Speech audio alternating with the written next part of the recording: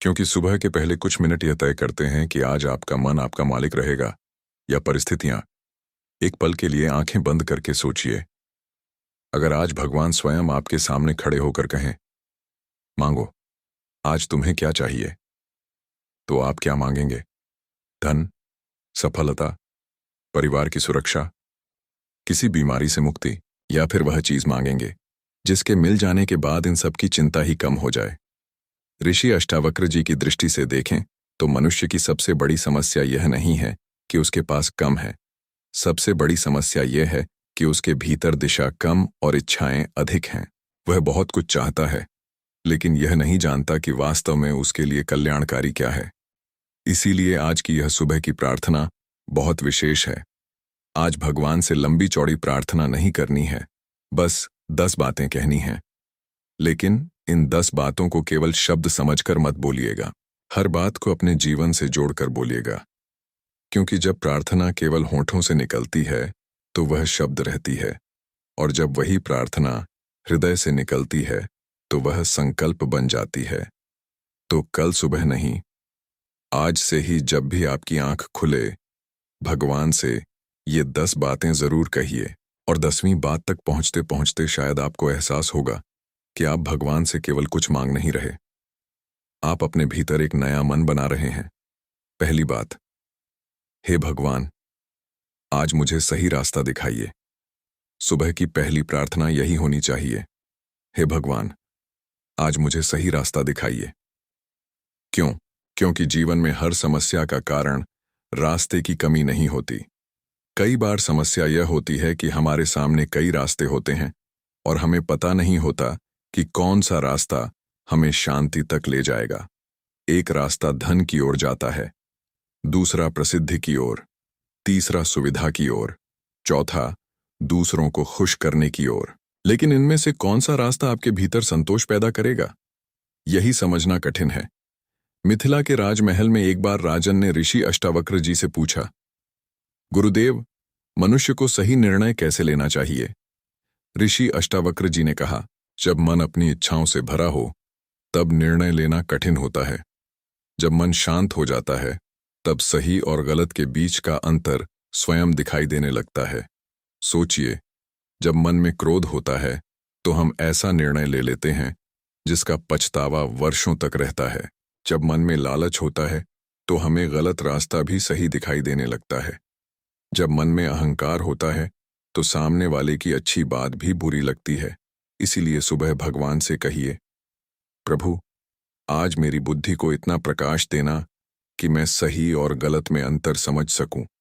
मुझे ऐसा रास्ता दिखाना जो केवल सफलता तक नहीं बल्कि शांति तक ले जाए। क्योंकि गलत दिशा में तेज चलने से कोई लाभ नहीं। कभी कभी धीमे चलना बेहतर है, लेकिन सही दिशा में चलना जरूरी है। दूसरी बात, हे भगवान, मेरे मन से अहंकार दूर कीजिए। यह दूसरी प्रार्थना बहुत गहरी है। कहिए, हे भगवान, मेरे मन से अहंकार दूर कीजिए। हम अक्सर अहंकार को केवल घमंड समझते हैं, लेकिन अहंकार केवल यह नहीं कहता कि मैं सबसे बड़ा हूं। अहंकार यह भी कहता है, मेरी बात ही सही है, मुझे कोई समझा नहीं सकता, मैं किसी से कम नहीं, मेरे साथ ऐसा कैसे हो सकता है। और सबसे गहरा अहंकार तब होता है जब मनुष्य अपने दुख को भी अपनी पहचान बना लेता है। वह कहता है, मैं ही सबसे ज्यादा परेशान हूं, मेरे साथ ही हमेशा गलत होता है, किसी ने मुझे समझा ही नहीं। अहंकार केवल ऊंचा नहीं उठाता, कई बार वह हमें हमारे दुख से भी बांध देता है। ऋषि अष्टावक्र जी आत्मज्ञान की बात करते हुए मनुष्य को बार बार उस पहचान से बाहर देखने की दिशा देते हैं जिसे वह अपने ऊपर चिपकाए बैठा है। आप अपने नाम से बड़े हैं, आप अपनी संपत्ति से बड़े हैं, आप अपनी सफलता और असफलता से बड़े हैं। आपकी भूमिका बदलती रहती है, लेकिन भीतर जो चेतना इन सबको देखती है, उसे पहचानना ही वास्तविक यात्रा है। इसलिए सुबह कहिए, प्रभु, आज मुझे ऐसा अहंकार मत देना कि मैं दूसरों को छोटा समझने लगूं, और ऐसा अहंकार भी मत देना कि मैं अपने दुख को ही अपनी पूरी पहचान मान लूं। जहां अहंकार कम होता है, वहां संबंधों में मिठास बढ़ती है। जहां अहंकार कम होता है वहां सीखने की क्षमता बढ़ती है, और जहां अहंकार शांत होने लगता है वहां भीतर की आवाज सुनाई देने लगती है। तीसरी बात, हे भगवान, मुझे बुरे कर्मों से बचाइए। तीसरी बात कहिए, हे भगवान, मुझे बुरे कर्मों से बचाइए। ध्यान रखिए, केवल यह मांगना पर्याप्त नहीं कि भगवान मुझे सुख देना, साथ में यह भी कहना चाहिए, प्रभु मेरे कर्म ऐसे रखना कि मेरे कारण किसी को अनावश्यक दुख न मिले। क्योंकि हम सब अपने लिए अच्छे परिणाम चाहते हैं, लेकिन क्या हम अच्छे कर्मों के लिए उतने ही सजग हैं? हम चाहते हैं कि लोग हमारे साथ ईमानदार रहें, लेकिन क्या हम हर परिस्थिति में ईमानदार रहते हैं? हम चाहते हैं कि कोई हमें धोखा न दे, लेकिन क्या हम कभी अपनी सुविधा के लिए किसी को भ्रम में नहीं रखते? हम चाहते हैं कि कोई हमारे मन को न दुखाए, लेकिन क्या हमारी वाणी से कभी किसी का मन नहीं दुखा? इसलिए सुबह भगवान से कहिए, प्रभु मुझे ऐसे कर्म करने से बचाना जिनका भार मुझे बाद में अपने ही मन में उठाना पड़े। कर्म केवल वह नहीं जो दुनिया देखती है, कर्म वह भी है जो आप अकेले में सोचते हैं। आप किसी से कुछ कहते नहीं, लेकिन भीतर उसके लिए ईर्ष्या रखते हैं। दुनिया आपको अच्छा समझती है, लेकिन आपका अंतर्मन जानता है कि आपके भीतर क्या चल रहा है। इसलिए सुबह अपने भीतर के उस साक्षी को याद कीजिए और कहिए, प्रभु मेरे विचार, मेरी वाणी और मेरे कर्म, तीनों में जितना संभव हो उतनी पवित्रता बनाए रखना। चौथी बात, हे भगवान मेरे परिवार को स्वस्थ और सुरक्षित रखिए। चौथी प्रार्थना बहुत स्वाभाविक है, हे भगवान मेरे परिवार को स्वस्थ और सुरक्षित रखिए। जिस घर में हमारे अपने लोग हैं, वही घर हमारा सबसे बड़ा संसार बन जाता है। हम दिन भर बाहर कितने भी लोगों से मिलें, अंत में मन अपने लोगों के पास ही लौटता है। लेकिन यहाँ एक बात समझने की है, भगवान से परिवार की सुरक्षा मांगिए, लेकिन परिवार को अपना अधिकार समझकर मत बांधिए, क्योंकि प्रेम और अधिकार में बहुत अंतर है। प्रेम कहता है तुम सुखी रहो, अधिकार कहता है तुम मेरी इच्छा के अनुसार सुखी रहो। प्रेम सामने वाले को स्वतंत्रता देता है, अधिकार उसे नियंत्रित करना चाहता है। इसलिए सुबह कहिए, हे प्रभु मेरे परिवार को स्वस्थ रखना, सुरक्षित रखना और हमारे बीच प्रेम बनाए रखना। मुझे इतना विवेक देना कि मैं अपने प्रियजनों से प्रेम करूं, लेकिन उन्हें अपनी इच्छाओं का कैदी न बनाऊं। कितनी बार हम कहते हैं, मैं तो तुम्हारे भले के लिए कह रहा हूं, लेकिन उसके पीछे हमारी अपनी इच्छा छिपी होती है। अष्टावक्र की दृष्टि हमें भीतर देखने की शिक्षा देती है। इसलिए परिवार के लिए प्रार्थना करते समय अपने लिए भी प्रार्थना कीजिए, प्रभु मुझे अपने लोगों को समझने की बुद्धि देना, क्योंकि परिवार केवल साथ रहने का नाम नहीं, परिवार एक दूसरे को समझने का नाम है। पांचवीं बात, हे भगवान मुझे मेहनत करने की शक्ति दीजिए। अब पांचवीं बात, हे भगवान मुझे मेहनत करने की शक्ति दीजिए। ध्यान रखिए, भगवान से सफलता मांगना आसान है, लेकिन सफलता के योग्य बनने की शक्ति मांगना उससे अधिक महत्वपूर्ण है। कई लोग कहते हैं, भगवान मेरा काम बना देना, लेकिन बहुत कम लोग कहते हैं, भगवान काम करने का धैर्य देना। किस्मत के भरोसे बैठना आसान है, मेहनत करते रहना कठिन है। जब परिणाम जल्दी न मिले तब भी प्रयास करते रहना कठिन है। जब लोग मजाक उड़ाए तब अपने लक्ष्य पर टिके रहना कठिन है। जब कई बार असफलता मिले तब फिर से उठना कठिन है। इसीलिए सुबह कहिए, प्रभु मुझे केवल सफलता नहीं, मेहनत करने की शक्ति दीजिए। जब रास्ता कठिन हो तब मेरे कदम रुकने न दीजिए। आपके हाथ में केवल प्रयास है, परिणाम पूरी तरह आपके हाथ में नहीं। इसीलिए परिणाम के डर से कर्म मत छोड़िए। बीज बोना आपका काम है, उसे वृक्ष बनाना प्रकृति का काम है। आप अपनी तरफ से ईमानदारी से कर्म करते रहिए। यही प्रार्थना धीरे धीरे व्यक्ति को कर्मयोग की ओर ले जाती है। छठी बात, हे भगवान हर परिस्थिति में मेरे भीतर धैर्य बनाए रखिए। छठी बात, हे भगवान हर परिस्थिति में मेरे भीतर धैर्य बनाए रखिए, क्योंकि सुख में धैर्य रखना आसान है, लेकिन जब परिस्थितियां विपरीत हों तब असली परीक्षा होती है। जब आपकी बात कोई न समझे, जब मेहनत के बाद भी सफलता न मिले, जब अपना व्यक्ति ही विरोध करने लगे, जब रास्ता बंद दिखाई दे, तब मन कहता है सब छोड़ दो, लेकिन धैर्य कहता है थोड़ा और देखो। धैर्य का अर्थ निष्क्रिय होकर बैठना नहीं। धैर्य का अर्थ है स्थिति कठिन होने पर भी विवेक को जीवित रखना। ऋषि अष्टावक्र जी की दृष्टि में जो व्यक्ति परिस्थितियों के साथ अपनी पहचान बदलता रहता है, वह भीतर स्थिर नहीं हुआ। आज सुख मिला तो खुश, कल दुख आया तो टूट गया, परसों प्रशंसा मिली तो स्वयं को महान समझ लिया, उसके अगले दिन आलोचना हुई तो स्वयं को बेकार समझ लिया। यह मन की अस्थिरता है। इसलिए सुबह कहिए, प्रभु, परिस्थिति जैसी भी हो, मेरे भीतर का संतुलन बनाए रखना, क्योंकि परिस्थिति हमेशा आपके अनुसार नहीं चलेगी, लेकिन आपका मन कैसे प्रतिक्रिया देगा, इसमें आपकी साधना छिपी है। 7वीं बात, हे भगवान, मुझसे ऐसा व्यवहार कराइए कि किसी का दिल न दुखे। 7वीं बात बहुत सुंदर है, हे भगवान, मुझसे ऐसा व्यवहार कराइए कि किसी का दिल न दुखे। लेकिन इसका अर्थ यह नहीं कि आप हर व्यक्ति को खुश करने लगें, क्योंकि हर व्यक्ति को खुश करना संभव नहीं। आप अच्छा करेंगे, फिर भी कोई नाराज होगा।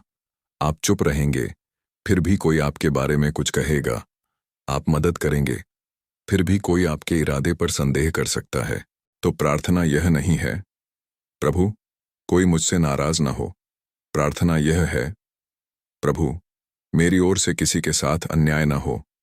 यह अंतर बहुत बड़ा है।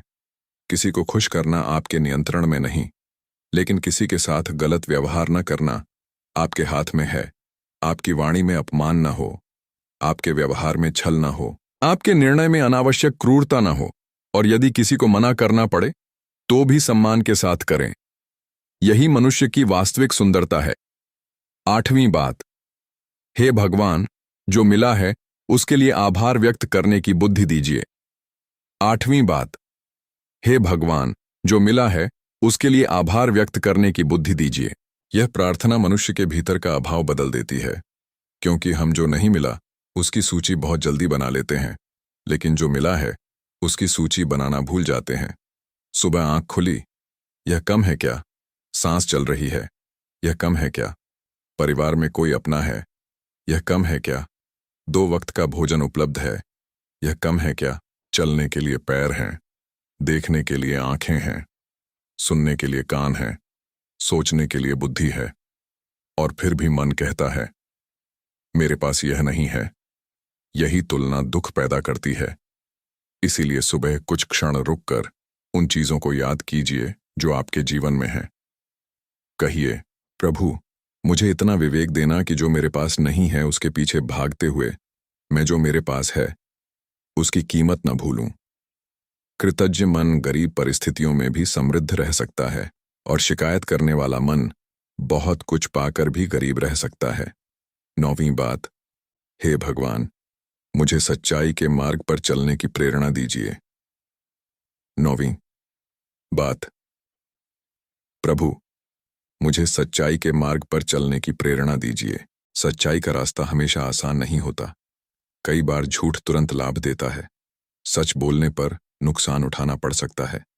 गलत रास्ता छोटा दिखाई देता है, सही रास्ता लंबा। लेकिन जीवन की सबसे बड़ी जीत यह नहीं कि दुनिया आपको सफल माने। सबसे बड़ी जीत यह है कि रात को जब आप अकेले हों, तब आपका अंतर्मन आपसे आंख मिला सके। सुबह भगवान से कहिए, प्रभु, मुझे ऐसी सफलता मत देना जिसके लिए मुझे अपने सत्य से समझौता करना पड़े, क्योंकि धन खोने पर दोबारा कमाया जा सकता है, सम्मान खोने पर भी कभी कभी वापस पाया जा सकता है, लेकिन जब मनुष्य स्वयं की नजरों में गिर जाता है तो उसे उठने में बहुत समय लगता है। सत्य का अर्थ कठोर होना नहीं, सत्य का अर्थ अपने भीतर और अपने कर्मों में ईमानदार होना है। जहां गलती हो स्वीकार करना, जहां किसी का अधिकार हो उसे देना, जहां माफी मांगनी हो वहां झुक जाना, जहां गलत काम से लाभ मिल रहा हो वहां भी उसे छोड़ देना। यही सच्चाई का मार्ग है। 10वीं बात, हे भगवान, जो मिला है उसके लिए हर दिन आपका धन्यवाद करने की बुद्धि दीजिए। और अब आती है 10वीं बात, शायद सबसे सरल लेकिन सबसे गहरी। हे भगवान, जो मिला है उसके लिए मैं आपका धन्यवाद करता हूं। मुझे हर दिन आभार व्यक्त करने की बुद्धि दीजिए। एक बार सोचिए, हम भगवान को कब याद करते हैं? जब कोई समस्या आती है, जब बीमारी आती है, जब पैसा अटकता है, जब कोई अपना दूर चला जाता है, जब कोई इच्छा पूरी नहीं होती। लेकिन जब सब ठीक होता है, तब हम कितनी बार रुक कर कहते हैं, प्रभु धन्यवाद। शायद बहुत कम, इसलिए आज से सुबह की शुरुआत शिकायत से नहीं, धन्यवाद से कीजिए। कहिए, प्रभु आज फिर मुझे एक दिन मिला। मैं नहीं जानता ये दिन कितना लंबा है, मैं नहीं जानता इसमें क्या होगा, लेकिन मैं इतना जानता हूं कि यह दिन आपके दिए हुए जीवन का हिस्सा है, इसलिए मैं इसका धन्यवाद करता हूं। और यदि आपके मन में भगवान के लिए कोई विशेष नाम है, तो उसी प्रेम से पुकारिए। किसी के लिए राम, किसी के लिए कृष्ण, किसी के लिए शिव, किसी के लिए राधे राधे। नाम अलग हो सकते हैं, लेकिन भाव एक हो सकता है, समर्पण। अब इन 10 बातों का असली रहस्य समझिए। लेकिन यहाँ एक बात बहुत महत्वपूर्ण है। इन 10 बातों को रोज बोलना अच्छी शुरुआत है, लेकिन केवल बोलते रहना पर्याप्त नहीं। यदि सुबह आप कहते हैं, प्रभु मेरी वाणी से किसी का दिल न दुखे, और दोपहर तक किसी को अपमानित कर देते हैं, तो प्रार्थना केवल शब्द बनकर रह गई। यदि कहते हैं, प्रभु मुझे सही रास्ता दिखाना, और सही रास्ता समझ में आने के बाद भी लालच के कारण गलत रास्ता चुन लेते हैं, तो आपने भगवान से दिशा मांगी ही नहीं थी। यदि कहते हैं, प्रभु मुझे सच्चाई के मार्ग पर चलाना, लेकिन सुविधा के लिए झूठ बोल देते हैं, तो हमें अपने शब्दों से अधिक अपने कर्मों को देखना होगा। यही अष्टावक्र की दृष्टि की खूबसूरती है। आत्मज्ञान केवल सुनने की चीज नहीं, देखने की चीज है। अपने भीतर देखने की, यह देखने की कि अभी मेरे भीतर क्या चल रहा है। मैं क्यों क्रोधित हूं? मुझे किस बात का डर है? मैं किस चीज को पकड़कर बैठा हूं? मुझे किसकी प्रशंसा चाहिए? मैं किससे अपनी तुलना कर रहा हूं? मैं किस पुराने दुख को आज भी अपने भीतर जीवित रखे हूं? जब यह देखने की क्षमता जागती है, तब धीरे धीरे मनुष्य समझता है कि शांति बाहर से मिलने वाली वस्तु नहीं, शांति भीतर छिपी हुई है। सुबह की अंतिम प्रार्थना। कल सुबह जब आपकी आंख खुले तो जल्दबाजी मत कीजिए। कुछ क्षण शांत बैठिए और धीरे धीरे भगवान से कहिए, हे प्रभु आज मुझे सही रास्ता दिखाइए। मेरे मन से अहंकार दूर कीजिए, मुझे बुरे कर्मों से बचाइए। मेरे परिवार को स्वस्थ और सुरक्षित रखिए। मुझे मेहनत करने की शक्ति दीजिए। हर परिस्थिति में मेरे भीतर धैर्य बनाए रखिए। मुझसे ऐसा व्यवहार कराइए कि मेरी वजह से किसी का दिल अनावश्यक रूप से न दुखे। जो मिला है उसके लिए आभार व्यक्त करने की बुद्धि दीजिए। मुझे सच्चाई के मार्ग पर चलने की प्रेरणा दीजिए, और जो कुछ आपने दिया है उसके लिए हर दिन आपको धन्यवाद करने वाला हृदय दीजिए। फिर कुछ क्षण मौन रहिए। कुछ मांगिए मत, बस शांत रहिए, क्योंकि कभी कभी प्रार्थना का सबसे सुंदर हिस्सा शब्द नहीं होता, मौन होता है। वहीं मन अपनी आवाज सुनता है। वहीं मनुष्य समझता है कि जिसे वह पूरी जिंदगी बाहर खोजता रहा, उसका एक अंश उसके भीतर ही मौजूद था। इसलिए आज से अपनी सुबह बदल दीजिए। सुबह उठकर दुनिया को देखने से पहले अपने भीतर देखिए। लोगों से बात करने से पहले भगवान से बात कीजिए, और भगवान से मांगने से पहले उनके दिए हुए जीवन के लिए धन्यवाद कीजिए। शायद आपकी परिस्थितियां तुरंत न बदलें, शायद आपकी समस्याएं अगले दिन ही समाप्त न हों, लेकिन आपकी दृष्टि बदल सकती है। और जब दृष्टि बदलती है, तो वही जीवन नया दिखाई देने लगता है। यही भीतर की यात्रा है, यही जागृति की शुरुआत है। और शायद यही कारण है कि ऋषि अष्टावक्र जी हमें संसार से भागने की नहीं, संसार के बीच रहते हुए अपने वास्तविक स्वरूप को पहचानने की दिशा देते हैं। तो आज कमेंट में केवल एक शब्द लिखिए, धन्यवाद। और ऐसे ही आध्यात्मिक, आत्मज्ञान और ऋषि अष्टावक्र जी की शिक्षाओं से जुड़े गहरे संदेशों के लिए विदचेतास चैनल से जुड़े रहिए। वीडियो पसंद आया हो तो लाइक कीजिए, चैनल को सब्सक्राइब कीजिए। राधे राधे।